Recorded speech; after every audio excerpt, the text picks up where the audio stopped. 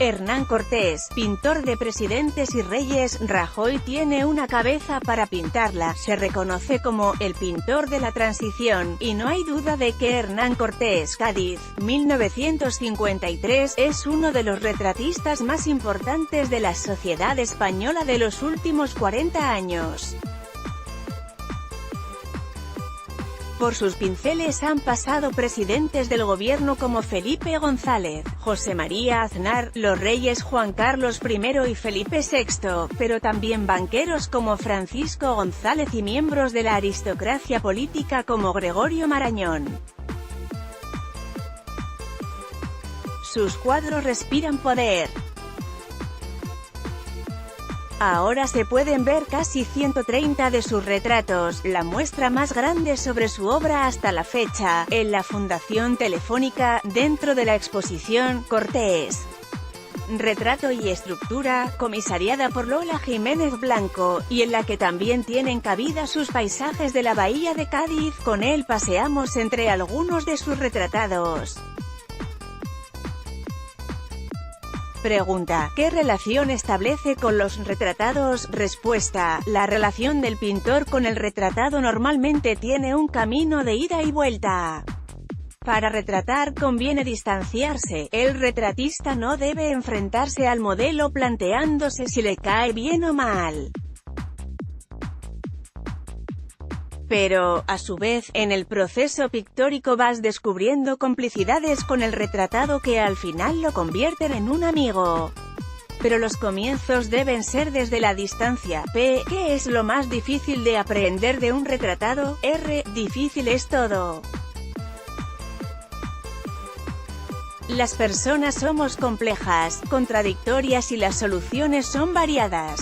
Es muy bueno de entrada captar cómo se mueve el modelo que vas a pintar, cómo entra en escena, porque eso dice mucho de lo que somos. No entra en escena de la misma manera un poeta que un filósofo, que un político, incluso un político de un signo o de otro, que un banquero, o que un cantante.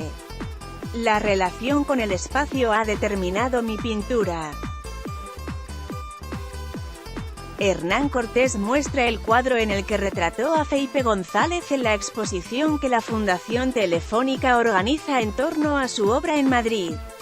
F.P. Y para captar esta entrada en escena, ¿quién le ha resultado más complicado? R. Lo que es más difícil es pintar bien una figura humana. La psicología está en el cuadro, pero eso aparece casi sin darse cuenta. Sí, pero vemos retratos como los de Felipe González o Francisco González, el presidente del BBVA, ambos están de perfil y transmiten distancia y poder. Son hombres poderosos y así se refleja. R. Las personas públicas están muy acostumbradas a que las retraten y en ese sentido dan menos problemas que otras personas. No digo que sean personas más fáciles, pero para posar sí. Así que Felipe González no le dio ningún problema. R. No, ninguno. En general no he tenido problemas casi nunca. Otra cosa es que haya retratados que por circunstancias te han costado más que otros. La gracia de una pintura y del arte es que empiezas el cuadro y no sabes cómo va a acabar, es algo que se va haciendo sobre el terreno.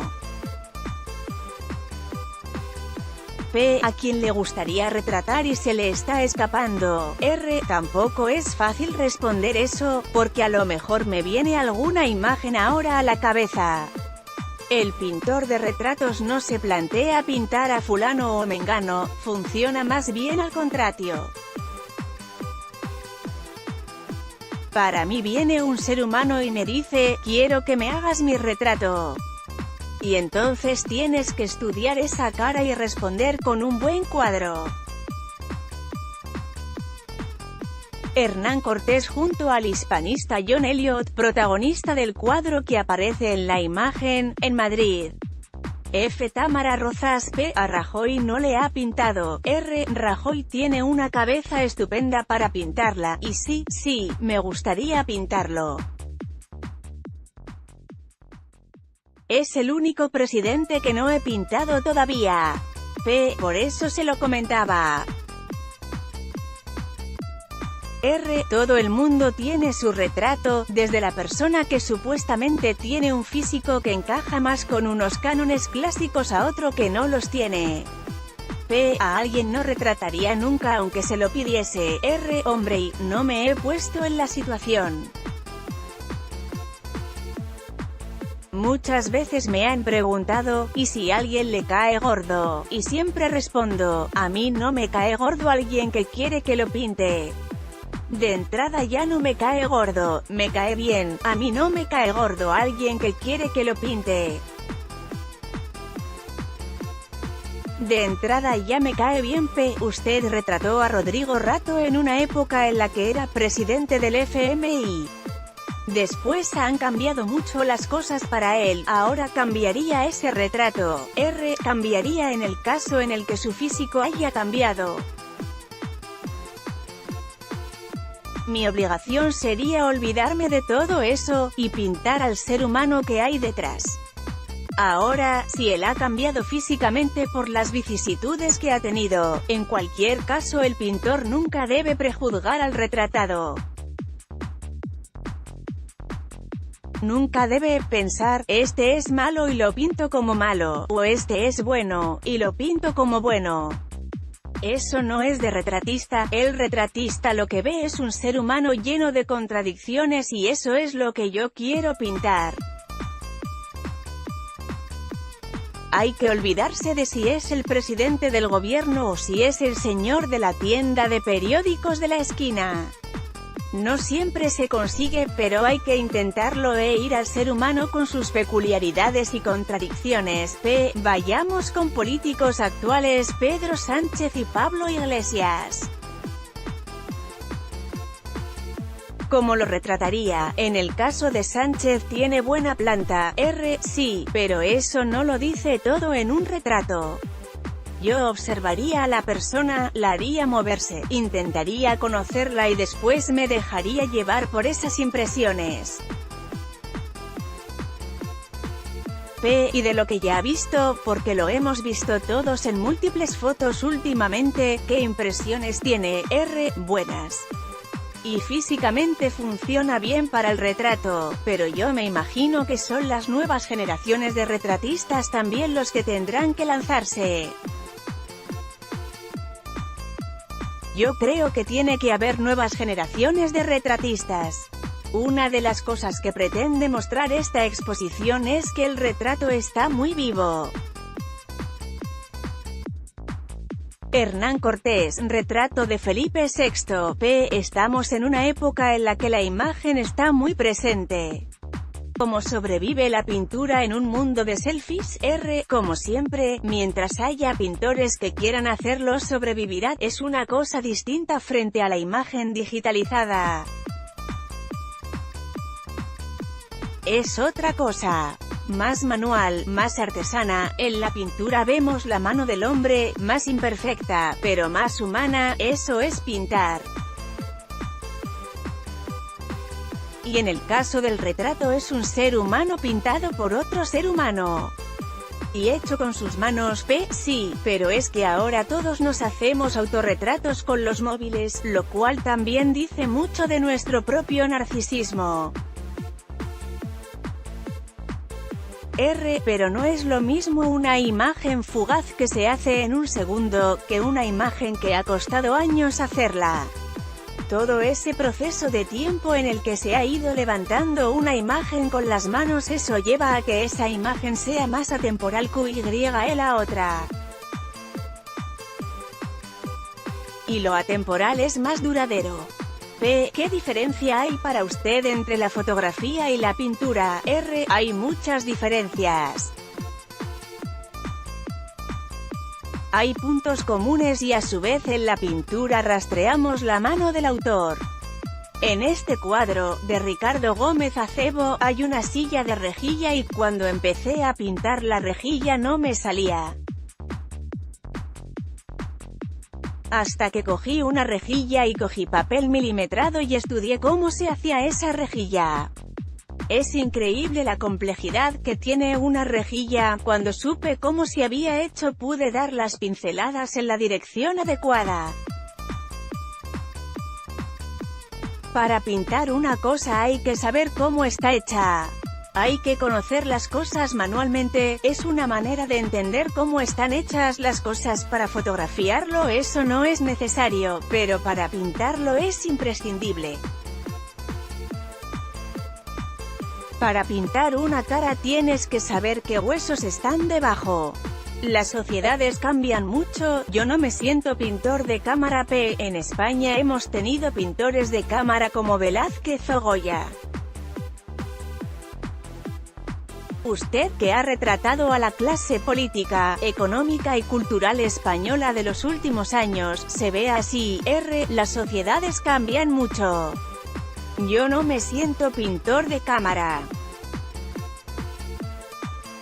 Lo que me siento es que soy un pintor que ha representado a la clase social española de todo tipo, desde los intelectuales hasta otro tipo de profesión, de los años de la transición. Pero de cámara, P. también ha pintado a los reyes, Juan Carlos I y Felipe VI. Sí, pero durante muchos años lo que más pinté fueron poetas. Y por supuesto también a los reyes. P. ¿Qué diferencias hay entre Felipe VI y Juan Carlos I? No les sabría decir. Pueden tener distintas constituciones anatómicas. No olvide las diferencias entre una persona con edad avanzada y otra más joven. P. Pero, ¿cuál les resultó más complicado? No especialmente. Cuando empecé a pintar al rey Juan Carlos yo era más joven y posiblemente me pareció más complicado porque yo estaba más verde. Ahora tengo ya un par de tiros dados. Normalmente que un rey te pose te impone, pero a su vez, los reyes, por la experiencia que tienen, son las personas que saben crear un ambiente cómodo para el pintor. En ese sentido, hubo cordialidad, obviamente con la distancia que se establece con el retratado. Los reyes, por la experiencia que tienen, son las personas que saben crear un ambiente cómodo para el pintor. P. ¿Qué España representa todos estos retratos que usted ha hecho? La transición. ¿Es la España de la transición? Yo creo que si tuviera que definir, he intentado pintar en las personas particulares la sociedad española de estos últimos 40 años. ¿Y qué España le parece? Es que le he dicho que un pintor de retratos lo primero que debe hacer es no juzgar. Juzgando no se retrata, hay que ver las cosas analíticamente. P. ¿Y alguien le ha dicho que su retrato no le había gustado? Dicho así, no. Normalmente cuando se termina un retrato hace falta un proceso lento para que la persona se vaya adaptando a esa imagen, y yo entiendo que no debe ser fácil adaptarse. Pero decirme eso de que esto no me ha gustado, normalmente el retrato suele tener un escrupuloso respeto por el pintor. Se piensa que la pintura de retratos coarta la libertad del artista, pero nada más lejos de la realidad. Nadie dice ni pío, y además para decirlo tendríamos que tener una idea clara de quiénes somos nosotros mismos y eso no lo tenemos nadie. P. Sí, ¿hasta qué punto un pintor no embellece un retrato? Eso se hace con el Photoshop pero no con la pintura. Hoy el realismo de verdad está en la pintura, un ser humano levantando acta de otro ser humano. Yo lo veo más viable que un retoque fotográfico. No se crea. Un pintor tiene una concepción estética del mundo, y adaptar lo que está haciendo a ella, y nadie quiere que un cuadro sea feo, pero el pintor no se plantea si estás adulando o no. Al menos yo no. P. Muchas veces se ha dicho que sus retratos son caros. ¿Vale realmente un retrato más de 60.000 euros? R. Hombre, la pintura de retrato es complejísima y necesita para su realización un alto grado de especialización, por lo tanto, eso siempre es caro. P. De usted dicen al menos que es más rápido que Antonio López. R. Eso nunca se sabe, unos cuadros tardan más y otros menos. Si lo dicen. P. Por cierto, ¿qué cuadro destacaría de toda esta exposición? R. Un solo cuadro es muy difícil. El de Dámaso Alonso es uno de mis retratos fundacionales, y el de Jorge Guillén también. Quizás son los más emblemáticos de la exposición porque son sobre los que levanté todo el edificio. P. ¿Y a quién está pintando ahora? Ahora nadie, porque con esta exposición no tengo tiempo y estoy desesperado. P. ¿Pero qué encargo tiene? R. Siempre tengo muchos encargos. Y para muchos años y voy intentando resolver uno y otro. P. ¿Pero no me va a decir quién es el próximo? R. Es que, hablar de un cuadro antes de pintarlo trae mala suerte.